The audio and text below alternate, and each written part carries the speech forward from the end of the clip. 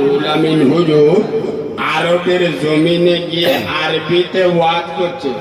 আরবের লোকের চোখ হলুদ হয়ে গেছে। আল্লাহ কিরে কি আরবি কোথায় পেল? বসিরহাটের আল্লামা রুহুল আমিন হুজুরের মতো আল্লাহর ওলি তানার কিতাবে লিখে গেছেন, যেসব যন্ত্রগুলো গান বাজনা শোনে এদের বউ তালাক হয়ে যায়।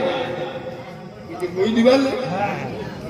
যারা গান বাজনা শোনে এদের বউ তালাক হয়ে যায়।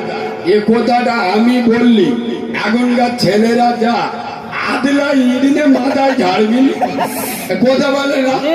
তুমি আলেমরা কি জিনিস জানেন না, আমরা সব পারি।